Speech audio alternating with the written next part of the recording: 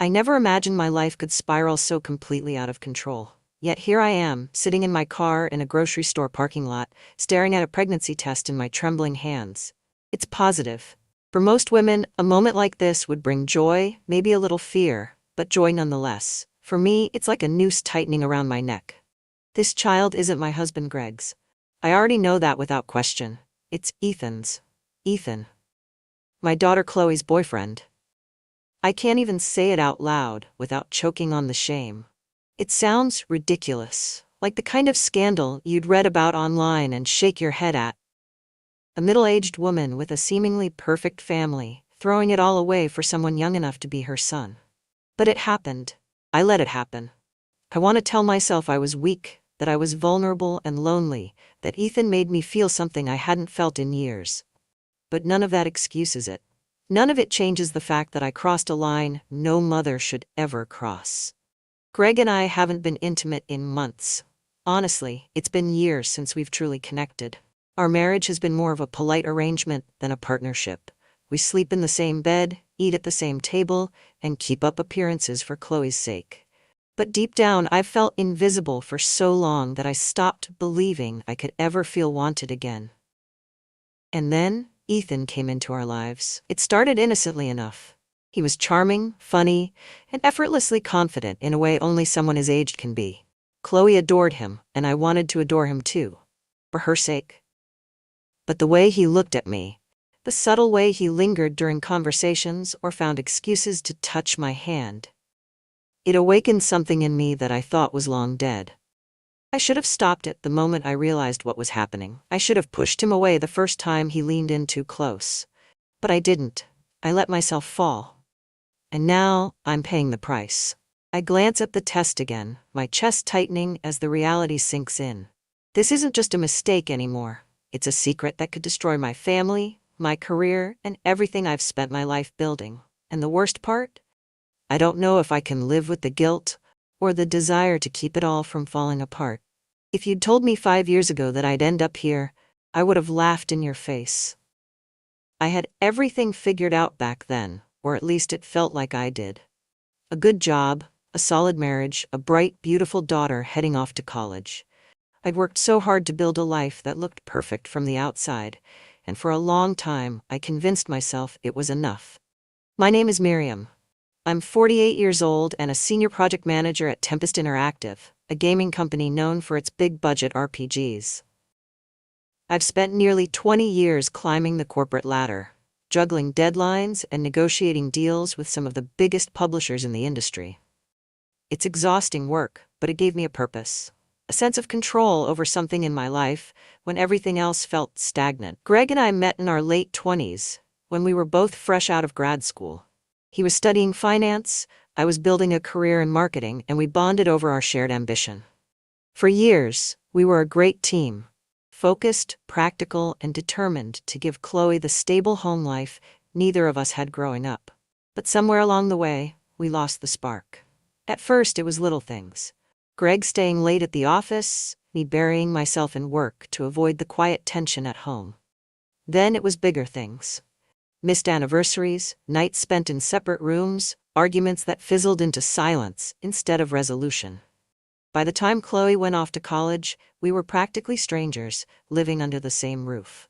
I told myself it was normal, that every marriage goes through phases. But deep down, I knew we were just going through the motions. Ethan came into the picture about a year ago. Chloe brought him home for dinner one weekend, practically glowing as she introduced him. "Mom, this is Ethan," she said, her eyes lighting up in a way I hadn't seen in years. "He's a developer. He's freelancing right now, but he's working on a portfolio for Tempest." He was polite, charming, and far too handsome for his own good. He had this easy confidence that felt magnetic, like he could step into any room and own it without even trying. I liked him immediately. How could I not? He made Chloe happy, and that was all that mattered to me. Or at least, that's what I told myself at first. But then there were the small things, the little moments that made me start to notice him in ways I shouldn't have. It started as nothing, really.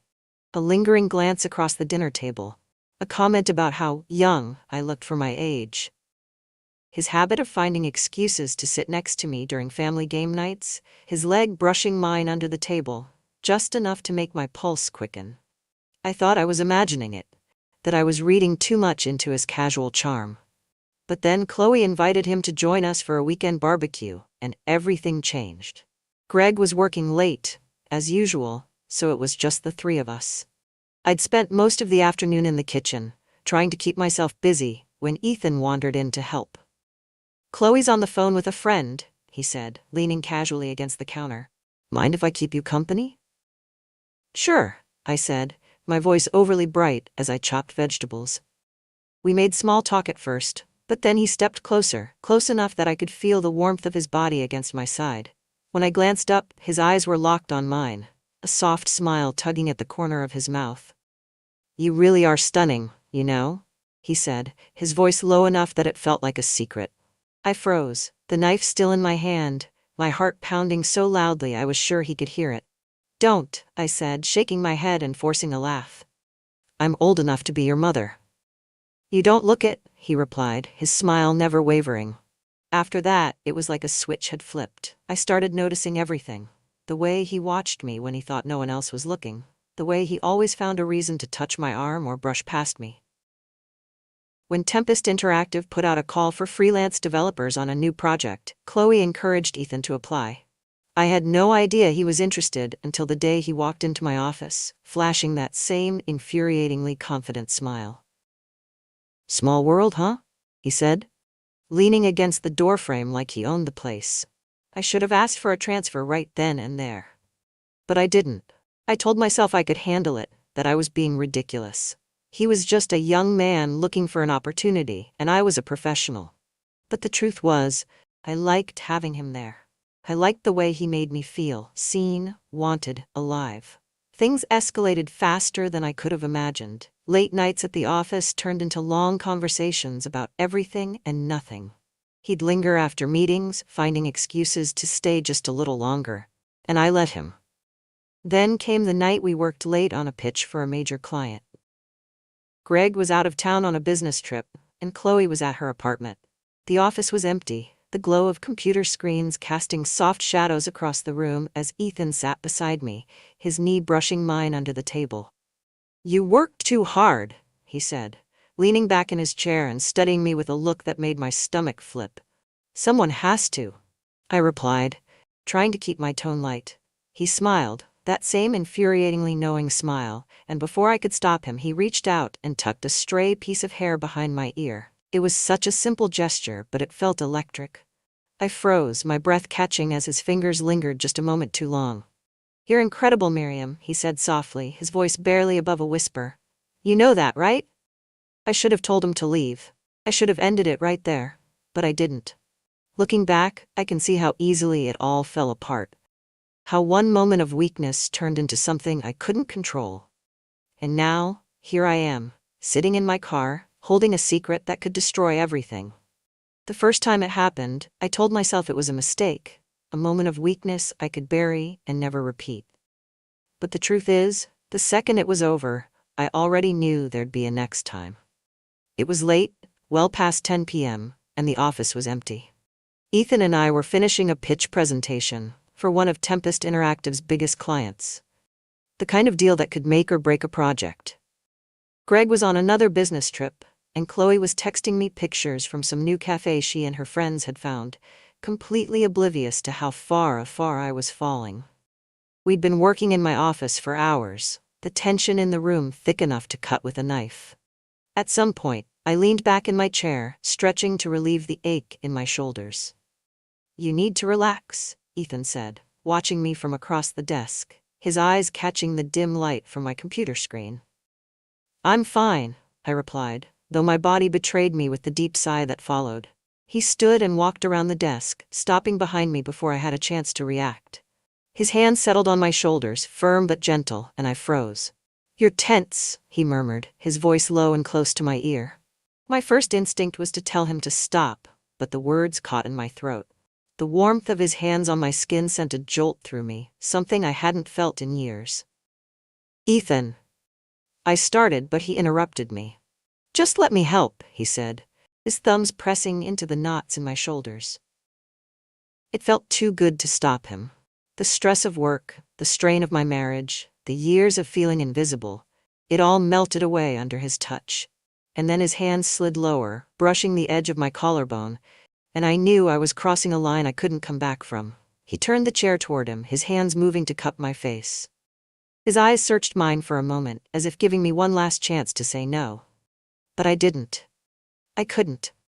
The kiss was slow at first, tentative, but it didn't stay that way for long. The weeks of stolen glances and unspoken tension ignited in an instant, and before I knew it, we were tangled together in a way I hadn't been with anyone in years. I went home that night, feeling equal parts exhilarated and horrified. I showered until the water turned cold, scrubbing my skin as if that would erase what had just happened. But no matter how hard I tried to convince myself it was over, that it would never happen again, the memory of his touch stayed with me. And of course, it wasn't over. The next time was in the parking garage. It was late again, and we were the last two people in the building. I'd told him to go home hours ago, but he stayed, waiting for me by my car with that same infuriating smile. "You can't keep doing this," I said, my voice trembling as I glanced around the empty garage. "Doing what?" he replied, stepping closer. "You know what?" I said, my back pressed against the driver's side door. He reached out, brushing a strand of hair from my face, and I felt my resolve crumble. "Say the word, Miriam, and I'll stop." But I didn't say it. I let him kiss me again, his hands sliding under my blazer, his body pressing against mine as the cold metal of the car door bit into my back. Every logical thought in my brain told me to stop, to push him away, to think of Chloe, of Greg, of everything I stood to lose. But logic had no place in the moments I spent with Ethan. After that, it became a routine. Stolen moments in my office after everyone had left for the day. Quiet meetings in my car parked in empty lots. Once, at my house, while Chloe was out with friends and Greg was on yet another business trip. That time was the riskiest, and it still makes my stomach twist when I think about it. Ethan had shown up uninvited, texting me from the driveway. "Let me in. Just for a minute." I should have said no, but I didn't. I let him in, and within seconds, we were wrapped around each other in the living room. The thought of Chloe walking through the door at any moment only seemed to make it more intense, the adrenaline heightening every touch, every kiss. When it was over, I told him it couldn't happen again. He just smiled, brushing his thumb across my cheek. "You've said that before," he replied, his confidence infuriating and intoxicating all at once. It wasn't just the physical connection that kept me coming back. It was the way he looked at me, like I was the only person in the world who mattered. The way he listened when I talked about work or vented about Greg. The way he made me feel alive in a way I hadn't felt in years. But it was also getting harder to hide. One afternoon, while Chloe was home for the weekend, Ethan stopped by unannounced. He claimed he was dropping off some documents for a project we were working on, but the way his hand lingered on mine as he handed them to me said otherwise. Chloe noticed. "Why are you so friendly with my boyfriend?" she asked later that evening, her tone light but her eyes sharp. "I'm not," I said quickly, brushing off the question with a forced laugh. "He's just grateful for the opportunity at Tempest, that's all." She didn't press further, but the suspicion in her eyes didn't fade. Then there was Caroline, my colleague. She'd always been competitive, the type to pounce on any perceived weakness. I noticed her watching me more closely than usual, her sharp eyes darting between Ethan and me during meetings. "You and Ethan seem awfully close," she said one day, her tone casual but her meaning clear. "We work well together," I replied, forcing a smile. She said, her lips curving into a knowing smirk. "Must be nice to have such dedicated support." I knew then that she was onto something, and if Caroline figured it out, it wouldn't just be my career on the line. Ethan, for his part, wasn't making things any easier. The more time we spent together, the more reckless he became. He'd text me late at night, messages that made my heart race and my stomach churn with guilt. "I can't stop thinking about you. When can I see you again?" Once, he showed up at my office in the middle of the day, pulling me into the stairwell when no one was looking. "We're going to get caught," I hissed, trying to pull away. "Doesn't that make it more exciting?" he replied, his lips brushing my ear. It did. and that terrified me. I knew it couldn't last. The cracks were starting to show, and it was only a matter of time before everything came crashing down. But I couldn't stop. Not yet. It was the morning of Chloe's birthday when I first realized something was wrong. I'd been feeling off for weeks. Fatigue that wouldn't go away, a strange queasiness in the mornings, and this gnawing sense of unease that I tried to ignore. I stood in the kitchen, icing the cake Chloe had requested, when the smell of the frosting hit me like a punch to the stomach. I barely made it to the bathroom before I was doubled over the toilet, dry heaving until my ribs ached. I sat on the floor afterward, staring at the tiles as the pieces began to fall into place. I'd brushed it off as stress, maybe a bug that wouldn't quit. But in that moment, I knew. I was pregnant. The rest of the day passed in a blur. Chloe's friends came over, Greg kept himself busy with work emails even as we sang happy birthday, and Ethan hovered in the background, smiling and charming like nothing was wrong. I avoided his gaze, barely able to look at him without my stomach twisting. I wanted to pull him aside, to tell him what I suspected, but the thought of saying it out loud made me feel like I was choking. That night, after everyone had gone to bed, I slipped out of the house and drove to the nearest drugstore. The cashier didn't even look up as he scanned the test, and I couldn't decide if that made me feel better or worse. When I got home, I locked myself in the bathroom and stared at the little white stick as it confirmed what I already knew. Positive. The room felt like it was spinning. My first thought was Greg, but then I remembered we hadn't been intimate in months. It wasn't his. It couldn't be. It was Ethan's. I didn't sleep that night. I lay awake, staring at the ceiling, trying to figure out what to do. My marriage, my career, my family, everything was on the line now. And yet, a small, treacherous part of me couldn't ignore the way my heart raced at the thought of Ethan. What would he say? How would he react? The next day I asked him to meet me in the park near my office. It was a quiet spot, tucked away from prying eyes, and I couldn't risk having this conversation anywhere else. When he arrived, he looked as confident as ever, his usual smirk tugging at the corner of his mouth. But when he saw my face, his expression shifted. "What's wrong?" he asked, stepping closer. I didn't know how to say it, so I just blurted it out. "I'm pregnant." He froze, his eyes widening as the words sank in. For a moment he didn't say anything, and I braced myself for anger, for fear, for anything but the look of joy that spread across his face. "You're serious?" he asked, his voice almost disbelieving. I nodded, my throat too tight to speak. "That's incredible," he said, a grin breaking across his face. "Incredible?" I hissed, my voice sharp with panic. "Ethan, this isn't good. This is a disaster." His smile faltered, but only slightly. "Why? We'll figure it out. We can make this work." "Make it work?" I stared at him, incredulous. "Ethan, I'm married. You're dating my daughter. How the hell do we make this work?"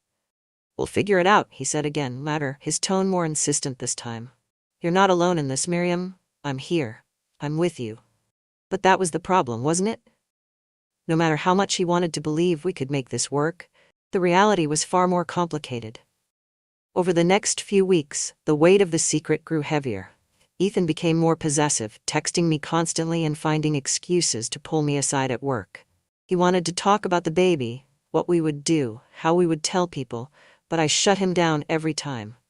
"We're not telling anyone," I said one evening after he cornered me in the office parking lot. "Not yet." "Why not?" he demanded, his frustration boiling over. "Miriam, this is happening whether we like it or not. Don't you think we should at least?" "No," I snapped, cutting him off. "I need time to figure this out, Ethan. You don't understand what's at stake here." His jaw tightened, but he didn't argue. Instead, he pulled me into his arms, holding me tightly, as if that could fix everything. But it didn't. Chloe, meanwhile, was starting to notice the cracks. She'd always been perceptive, and it was only a matter of time before she picked up on the tension between Ethan and me. One evening, as we were cleaning up after dinner, she cornered me in the kitchen. "Is everything okay?" she asked, her tone casual but her eyes sharp. "Of course," I said, forcing a smile. "You've seemed off lately," she continued, crossing her arms. "And Ethan's been acting weird too. Is something going on?" I froze, my heart pounding as I struggled to keep my expression neutral. "What are you talking about?" "I don't know," she said, shrugging. "Just something feels off." I laughed, the sound hollow even to my own ears. You're imagining things, Chloe. Everything's fine. But the suspicion in her eyes didn't fade. And then there was Caroline. She'd been circling like a shark for weeks, her sharp eyes catching every little slip-up. One afternoon, as I was leaving a meeting, she pulled me aside, her smile thin and full of meaning. "You and Ethan seem to spend a lot of time together," she said, her tone light but pointed. "We're working on a project," I replied, my voice steady despite the panic bubbling under the surface. "Of course," she said, tilting her head. "Just be careful, Miriam. People talk." The threat was clear, and it left me shaking long after she walked away. The final straw came when Ethan showed up at my house unannounced. It was late, Greg was out of town, and Chloe was upstairs in her room. "You can't keep showing up like this," I hissed, dragging him inside before anyone could see. "I needed to see you," he said, his voice raw with emotion. "Miriam, we need to figure this out. I can't keep pretending like nothing's happening." "We don't have a choice," I snapped. "Yes, we do," he said, stepping closer. "We could tell them, we could." "No," I said, my voice rising. "You don't understand, Ethan. This isn't just about us. This is about Chloe, about Greg, about everything I've spent my life building." "And what about the baby?" he demanded. "Doesn't that matter?" His words hit me like a slap, and for a moment, I couldn't breathe. "You need to leave," I said finally, my voice trembling. He stared at me for a long moment before nodding. "Fine, but this isn't over." As the door closed behind him, I sank to the floor, my chest tight with panic. I knew he was right. This wasn't over, and the worst was yet to come. The walls came crashing down on a Sunday evening. Chloe had gone out earlier in the day, telling me she was running errands. I thought nothing of it. She often spent her Sundays shopping or catching up with friends. But when she came home that evening, she wasn't alone. She walked through the door with Ethan trailing behind her, his face pale and tense. "Mom, we need to talk," Chloe said, her voice sharp and unrecognizable. My stomach dropped. I tried to keep my expression neutral, but the look in her eyes told me she already knew. "About what?" I asked, forcing a laugh as I wiped my hands on a dish towel. She didn't respond, instead pulling out her phone and thrusting it toward me. The screen displayed a text thread, my name at the top of the screen. "Ethan, I can't stop thinking about you. I need to see you." "Me. Not now. Chloe's home, Ethan. I don't care. I'll come over after she goes to bed." My heart stopped. I recognized the messages immediately. They were from weeks ago, ones I thought I'd deleted. But somehow Chloe had them. "How did you?" "It doesn't matter how I got them," she snapped, her voice trembling with barely contained anger. "What matters is that they're real, aren't they?" I opened my mouth to deny it, to say anything that might diffuse the situation, but the words wouldn't come. Chloe's hands were shaking as she gestured toward Ethan, who stood frozen near the door, his eyes darting between us like a cornered animal. "You're sleeping with my boyfriend," she said, her voice breaking. "Aren't you?" "Chloe," I started, but she didn't let me finish.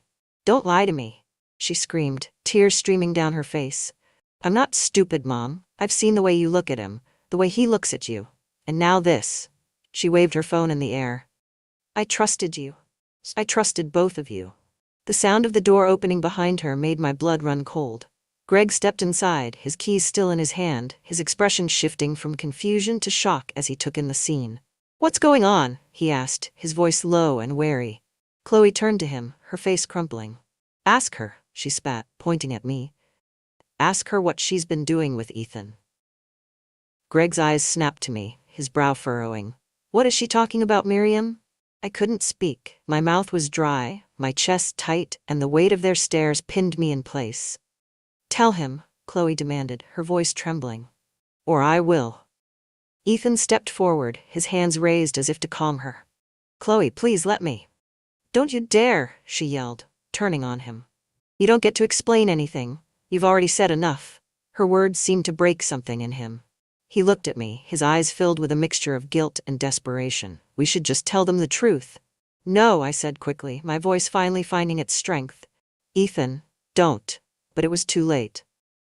"I love her," he said, his voice cracking. The room went silent. Greg stared at him, then at me, his face pale. "What the hell is he talking about?" "It's not what it sounds like," I said, my voice trembling. Greg stepped closer, his jaw tightening. Then what is it, Miriam? Because it sounds like my wife has been screwing my daughter's boyfriend. The words hung in the air like a bomb waiting to go off. I didn't mean for it to happen, I said, tears streaming down my face. I swear, Greg, I didn't. You didn't mean for it to happen, he shouted, his voice rising. You don't just accidentally sleep with someone else. For God's sake, Miriam, he's half your age. His voice caught, and he turned away, dragging a hand through his hair. Chloe was sobbing now, her face buried in her hands. How could you do this? She whispered. How could you do this to me? Ethan stepped toward her, but she flinched away. Don't, she said sharply. Don't come near me. Don't talk to me. Don't ever look at me again. The sound of glass breaking startled us all.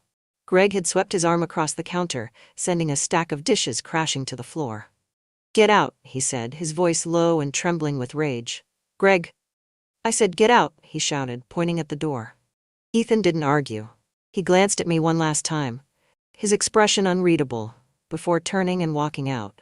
The house was eerily quiet after he left. Chloe went upstairs, slamming her door behind her, and Greg stood with his back to me, his hands braced against the counter. I wanted to say something, to apologize, to explain, but I knew it wouldn't matter. There was nothing I could say that would make this better. After what felt like an eternity, Greg turned to face me. His eyes were cold, his voice flat. I don't even know who you are anymore. He walked past me without another word, disappearing into the living room. I spent the night on the couch, staring at the ceiling and replaying the night's events over and over. The gravity of what I'd done weighed on me like a stone, suffocating and unrelenting. The next morning, Greg was gone. Chloe barely looked at me as she left for class, her face pale and puffy from crying. And me? I was left with the wreckage of a life I'd spent decades building.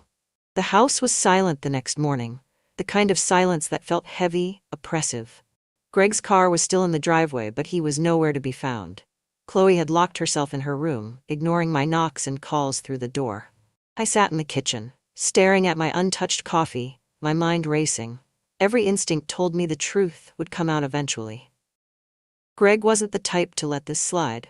Chloe wasn't the type to forget. And Ethan was a wild card. I had to act. Greg finally emerged late in the afternoon. His eyes were bloodshot, his face drawn. He looked at me like I was a stranger, and in that moment, I realized I didn't recognize him either. We need to talk, I said, my voice soft but steady. He didn't respond, just pulled out a chair and sat across from me, his arms crossed tightly over his chest. Greg, I paused, choosing my words carefully. I made a mistake, a terrible, unforgivable mistake. Unforgivable? He echoed, his voice hollow. That's putting it mildly. I swallowed hard, pushing down the lump in my throat. You're right, I don't deserve your forgiveness. I don't even deserve to be sitting here right now. But I need you to understand why this happened. His jaw clenched, but he didn't stop me. For years I've felt invisible. I continued, my voice trembling. You've been so focused on work, on everything else, that I started to feel like I didn't matter anymore. Like we didn't matter anymore. And that's supposed to justify what you did? He snapped. No, I said quickly, shaking my head. It doesn't. Nothing justifies what I did. But I wasn't looking for an affair, Greg. I wasn't looking for him. It just happened. He stared at me for a long moment, his expression unreadable. And Chloe? How do you think she's supposed to feel about this? You didn't just betray me, Miriam. You betrayed her too. I felt the sting of his words like a physical blow, but I forced myself to stay composed. I know, and I'm going to spend the rest of my life trying to make it up to her. But I need your help, Greg. I need us to get through this together. Together? He repeated, his voice bitter. You think we can just sweep this under the rug and move on like nothing happened? No, I said softly, but we can rebuild. For Chloe's sake, for our family's sake, we can try. Convincing him wasn't easy. He spent days barely speaking to me, sleeping in the guest room and avoiding me at every turn. But slowly, piece by piece, I started to put the plan into motion. First, I reached out to Ethan. I waited until Chloe was out of the house, then called him, my heart pounding as I listened to the phone ring. When he finally picked up, his voice was cold. What do you want, Miriam? We need to talk, I said, my tone firm. I think we've said everything that needs to be said. No, I said, my voice sharp. You need to stay away from Chloe. From me. From my family. This ends now. Are you serious? He asked, his voice rising. You think you can just cut me out like this? Yes, I said, my grip tightening on the phone. Because if you don't, I'll make sure you regret it. There was a long pause, and for a moment I thought he might fight back. But then he sighed, the anger in his voice replaced by something softer. Fine, you win. And just like that, he was gone. Next, I turned my attention to Chloe. She refused to speak to me for days, barely acknowledging my presence even when we were in the same room. But I didn't push her. Instead, I focused on damage control, telling her that Ethan had admitted to being unfaithful and that I'd ended any professional ties with him. She didn't believe me at first. Why would he cheat on me? Why would he, with you? Because he's young and stupid, I said, my voice steady despite the guilt clawing at my chest. Because he didn't know what he wanted, and because I made a terrible mistake letting him get too close. It wasn't the whole truth, but it was enough to plant the seed of doubt. Greg was harder to sway. He stayed distant, his anger simmering just beneath the surface. But I reminded him of what we had built together, of the life we'd created for Chloe. Slowly he began to soften, though I knew the cracks in our marriage would never fully heal. One night as we sat in the living room in silence, he finally spoke. I'm staying, he said, his voice low and weary. I looked up, startled. What? For Chloe, he clarified, his eyes meeting mine. I'm staying because she doesn't deserve to lose both of us over this. I nodded, tears filling my eyes. Thank you. Don't thank me, he said sharply. This doesn't mean I forgive you. It just means I'm willing to try, for her. The weeks that followed were a blur of strained conversations and tentative steps toward rebuilding. Chloe eventually moved back to her apartment, though her texts were short and infrequent. Greg started spending more time at home, but the distance between us remained. A constant reminder of the damage I'd done. And Ethan? He disappeared completely. I heard through mutual connections that he'd taken a freelance contract out of state, far enough that I wouldn't have to worry about running into him. But his absence didn't erase the weight of what had happened.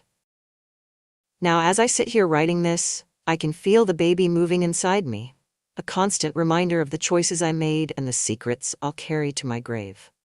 Greg doesn't know. Chloe doesn't know. And as far as they're concerned, this child is the product of a marriage we're still trying to repair. I tell myself I did what I had to do to protect my family. But in the quiet moments when the house is still and the guilt creeps in, I wonder if I'm protecting anyone at all, or just prolonging the inevitable. Because secrets like this don't stay buried forever.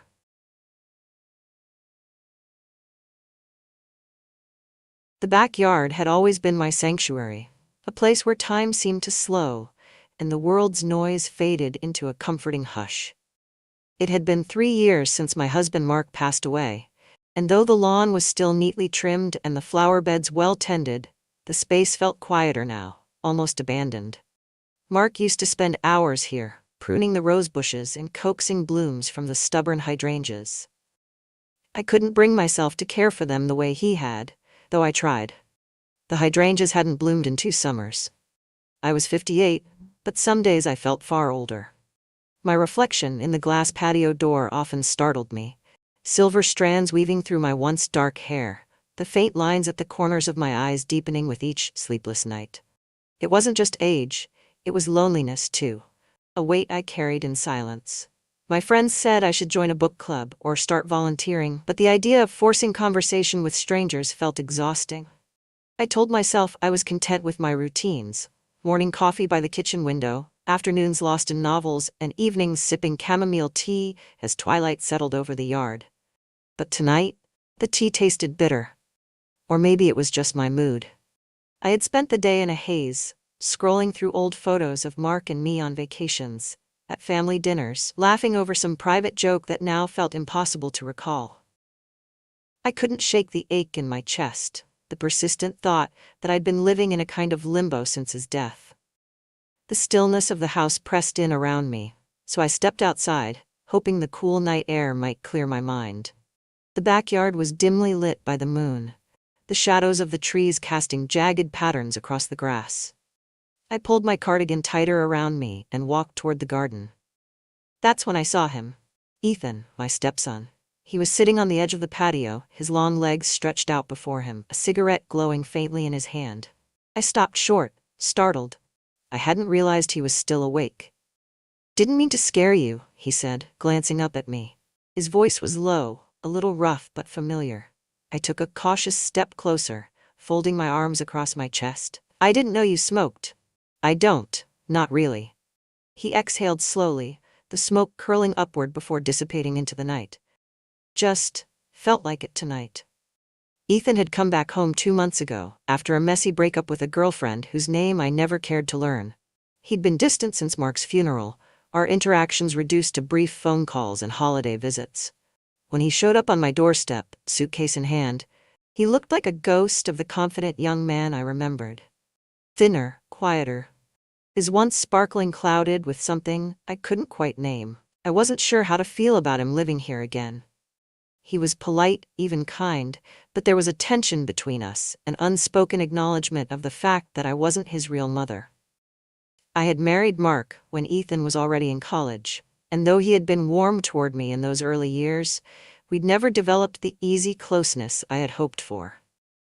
I hesitated before sitting down on the patio steps a few feet away from him. The night was cooler than I expected, and I tugged my cardigan tighter around me. "Couldn't sleep?" I asked. He shook his head, his gaze fixed on the distant fence line. "You?" "Same." We sat in silence for a moment, the only sounds the faint rustling of leaves and the occasional chirp of a cricket.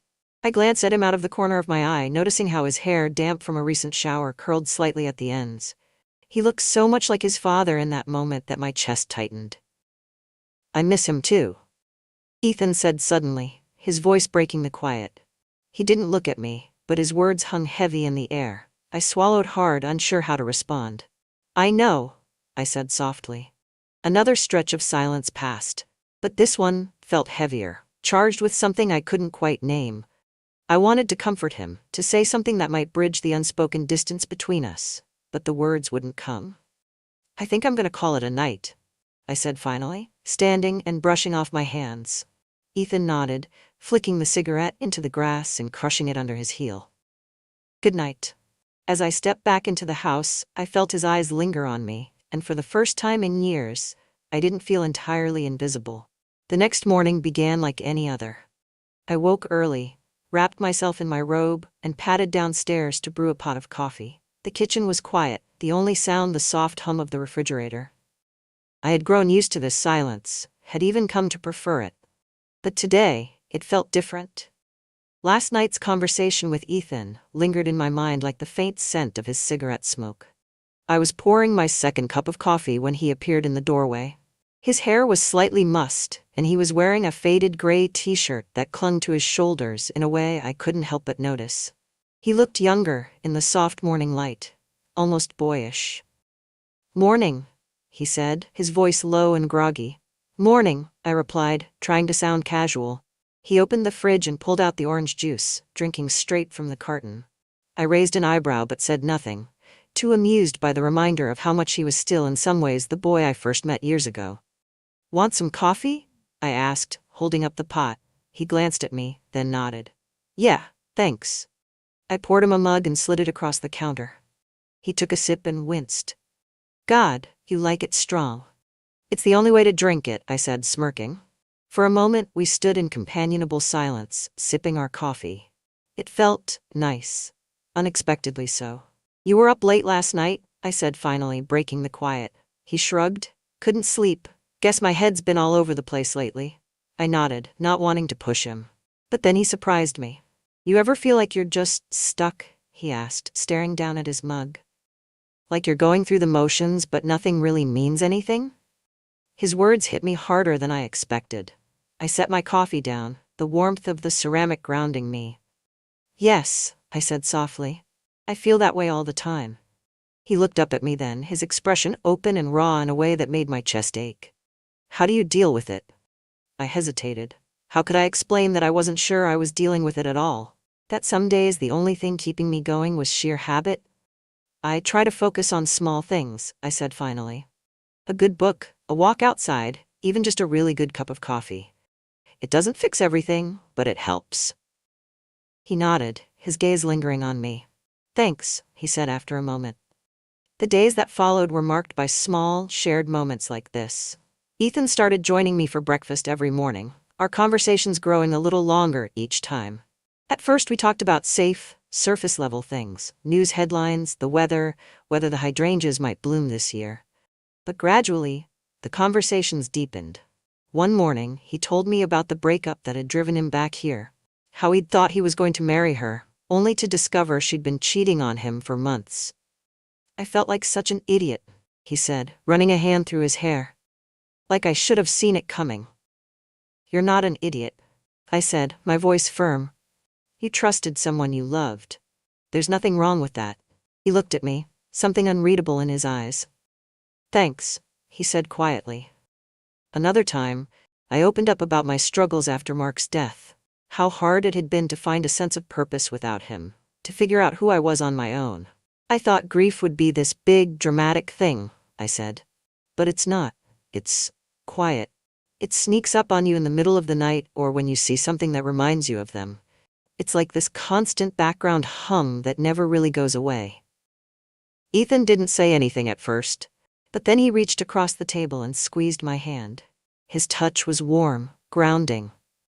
You're stronger than you think, he said softly. One afternoon, about a week after our late-night conversation in the backyard, Ethan asked if I wanted to join him by the pool. It was an unusually warm day for early spring, the sun bright and inviting. I hesitated at first. I hadn't worn a swimsuit in years and wasn't sure I wanted to start now. But something in the way he smiled at me, boyish and hopeful, made it hard to say no. I changed into a modest black one-piece, throwing on a loose cover-up for good measure. When I stepped outside, Ethan was already lounging by the water, a pair of sunglasses perched on his nose. He looked effortlessly relaxed, his toned chest and arms catching the sunlight in a way that made my breath hitch. Thought you weren't going to come, he teased, sitting up as I approached. I almost didn't, I admitted, settling into the lounge chair beside him. He handed me a glass of iced tea. Glad you did. We spent the afternoon talking and laughing, the tension between us easing in the warmth of the sun. At one point, I dipped my feet in the water, the coolness a welcome relief against the heat. Ethan joined me, his shoulder brushing against mine as he sat beside me. You should swim, he said, grinning. It's amazing. I shook my head. I'm fine right here. Come on, he said, standing and offering me his hand. Live a little. Before I could protest, he pulled me to my feet and led me to the edge of the pool. The water was colder than I expected, and I let out a small yelp as it splashed over me. Ethan laughed, his boyish grin lighting up his face. Told you it'd be fun. For a moment, I forgot about everything. The years of grief, the guilt that always seemed to linger at the edges of my mind. All I felt was the sun on my skin, the water lapping at my legs, and Ethan's laughter ringing in my ears. But then his hand brushed against mine, and the moment shifted. I looked up at him, and for a second, the world seemed to tilt. His gaze held mine, something unspoken passing between us. I pulled away, retreating to my lounge chair. My heart was racing, my mind a whirl of confusion and guilt. What was I doing? What was he doing? Later that evening, as I sat on the porch with a glass of wine, Ethan joined me. He didn't say anything at first, just sat down beside me and stared out at the darkened yard. About earlier, he began, his voice hesitant. I shook my head. You don't have to say anything. No, I do, he said, turning to face me. I don't want things to be weird between us. They're not, I said quickly, though my voice betrayed me. He studied me for a moment, his expression unreadable. You sure about that? I looked away, unable to meet his gaze. Good night, Ethan, I said, standing and retreating into the house. But as I lay in bed that night, staring at the ceiling, I couldn't stop thinking about him. About the way his hand had felt against mine, the way he had looked at me by the pool. And for the first time in years, I felt something other than grief. Something I wasn't ready to name. The days passed, each one carrying with it a subtle shift in the way Ethan and I interacted. There was an undercurrent between us now. A quiet tension that neither of us acknowledged, but both of us felt. I caught him watching me sometimes, his gaze lingering a second too long when I bent to grab something from the lower cabinets, or the way his eyes followed me when I walked into the room. and though I tried to pretend otherwise, I wasn't immune to him either. It wasn't just his looks, though they were undeniably striking.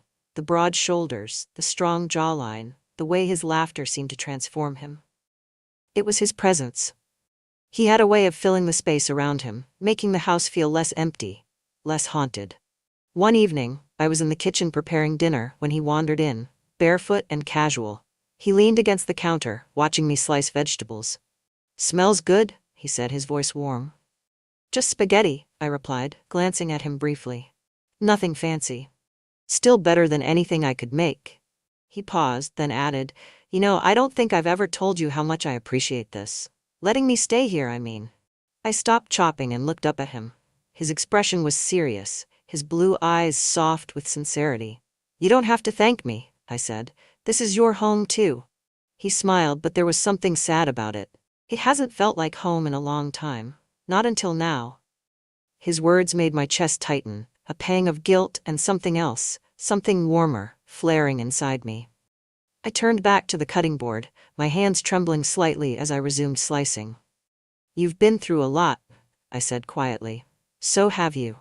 I didn't reply, but the weight of his gaze on me was impossible to ignore.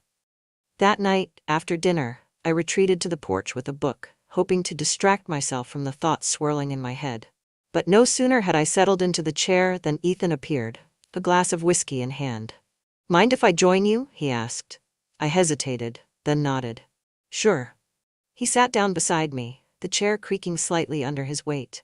The air was cool, the faint scent of blooming jasmine carried on the breeze. For a while, we just sat there, the quiet punctuated only by the occasional rustle of leaves. "What are you reading?" he asked eventually. I held up the book so he could see the cover. "An old favorite." He leaned closer to get a better look, his shoulder brushing against mine. The warmth of his skin sent a shiver through me, and I forced myself to focus on the book in my lap. "You ever feel like you're missing something?" he asked suddenly. I looked at him, surprised by the question. "What do you mean?" He took a sip of his whiskey, his gaze fixed on the darkened yard. "I don't know. Like there's this void inside you, and no matter what you do, you can't fill it." I hesitated, unsure how to respond. "I think everyone feels that way sometimes," I said finally. "Especially after losing someone." He nodded, his jaw tightening. "Yeah." The silence that followed was heavy, charged with something unspoken. I could feel his eyes on me, and when I finally turned to meet his gaze, I felt a jolt of electricity. "You've been good to me," he said softly. "More than I deserve." My heart was pounding now, my thoughts a chaotic mess. "Ethan?" Before I could finish, he reached out and brushed a strand of hair from my face. The gesture was so unexpected, so intimate, that I froze. "You don't have to keep everything bottled up," he said, his voice barely above a whisper. "It's okay to let someone in." For a moment I considered leaning into him, letting myself give in to the pull I felt. But the weight of guilt was too much, and I stood abruptly, stepping away from him. "I think it's time for me to head to bed," I said, my voice shaking slightly. Ethan didn't try to stop me, but as I walked away, I could feel his gaze following me, and the weight of it lingered long after I closed my bedroom door. The following days were a blur of avoidance and stolen glances. I threw myself into chores, organizing the garage, scrubbing the kitchen until it gleamed, anything to keep myself busy. But no matter how hard I tried, I couldn't escape the memory of that night on the porch. The way his touch had ignited something in me I thought long buried. Ethan seemed to sense my retreat, and though he gave me space, I caught glimpses of his frustration. A sigh here, a quiet look there. He wasn't angry, exactly, but I could tell he was waiting for something, for me to address the thing we were both trying so hard to ignore. It wasn't until the stormy night that everything came to a head. The thunderstorm rolled in just after dusk, the first crack of lightning illuminating the darkened sky. The power went out soon after, plunging the house into darkness. I fumbled for the flashlight I kept in the kitchen drawer, my pulse quickening as the storm raged outside. "Ethan?" I called out, my voice echoing in the silence. "Here," he said, stepping into the room with his own flashlight. The beam of light cast shadows across his face, making his features seem sharper, more intense. "Power's out," I said unnecessarily. He smirked, his expression softening. "Yeah, I noticed. We stood there for a moment, the storm rumbling in the background. The air between us felt charged, much like the storm outside. "You okay?" he asked, his voice gentle. I nodded, though my hands were trembling slightly. "Just, storms make me a little anxious." Without a word, he stepped closer and rested a hand on my arm. The warmth of his touch was grounding, calming, and I found myself leaning into it without thinking. "Come sit with me," he said. He led me to the living room, where we lit a few candles and settled onto the couch. The flickering light cast a soft glow over the room, making it feel intimate, almost surreal. "Do you remember the camping trips we used to take?" Ethan asked after a while, his voice breaking the silence. I smiled faintly. "Of course." Mark always insisted on making pancakes over the fire, even though they never turned out right. Ethan chuckled. He'd burn the first 3 and then blame the pan. We laughed together, the sound soft and genuine, and for a moment it felt like the past few years of grief and distance had melted away. But then the laughter faded, and the silence returned, heavier this time. Ethan reached out and took my hand, his fingers warm and steady against mine. "Ethan," I began, but he cut me off. "I know," he said softly. "I know this is complicated, but I can't pretend I don't feel something. And I don't think you can either." I stared at him, my heart racing. His words were like a spark, igniting something inside me I'd tried so hard to suppress. "I don't know what to say," I whispered. "Then don't say anything," he replied, his voice low and steady. And then, before I could think, before I could stop myself, I leaned in. When I leaned in, the world seemed to hold its breath. The flickering candlelight danced across Ethan's face, his eyes searching mine as if waiting for me to pull back, to retreat, but I didn't.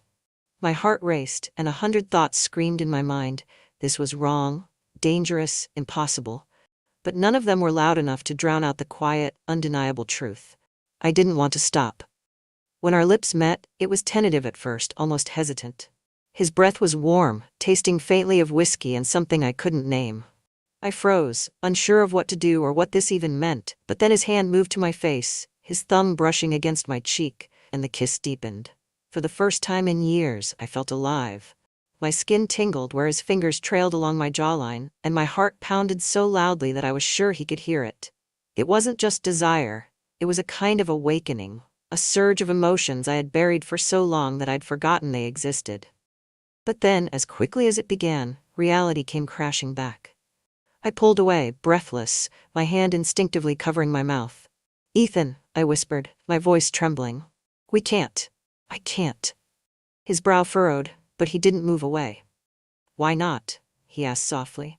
"Because," I began, but the words wouldn't come.